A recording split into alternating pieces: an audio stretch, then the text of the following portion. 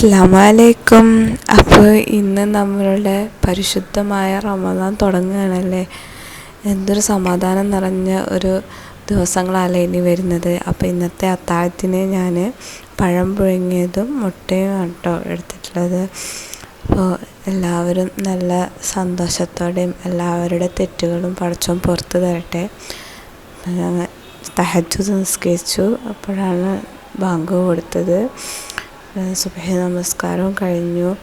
അങ്ങനെ സമാധാനത്തോടെ സന്തോഷത്തോടെ റമദാൻ തുടങ്ങുകയാണ്.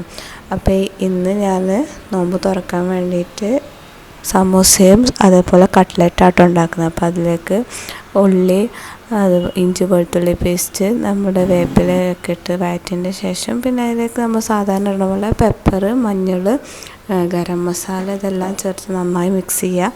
അതിന് ശേഷം നമ്മളുടെ വേവിച്ച് വെച്ച ചിക്കൻ ആഡ് ചെയ്തിട്ട് നന്നായി മിക്സ് ചെയ്തതിന് ശേഷം മല്ലിച്ചപ്പും കൂടി ഇട്ടിട്ടുണ്ടെങ്കിൽ നമ്മളെ മസാല റെഡി. അപ്പോൾ കട്ട്ലറ്റിനായിട്ട് ഞാൻ നമ്മുടെ ഉരുളക്കിഴങ്ങും കൂടെ പുഴുങ്ങി അതിലേക്ക് നമ്മൾ മിക്സ് ചേർത്തു നന്നായിട്ട് കുഴച്ചെടുക്കാം കേട്ടോ.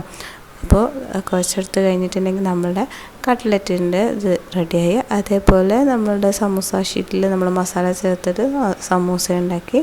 പിന്നെ മിൻറ്റ് ജ്യൂസും മാംഗോ ജ്യൂസായിട്ടും ഉണ്ടാക്കിയത്. പിന്നെ കട്ട് ഫ്രൂട്ട്സും. അപ്പോൾ എല്ലാവർക്കും എൻ്റെ വക റമദാൻ മുബാറക്ക്.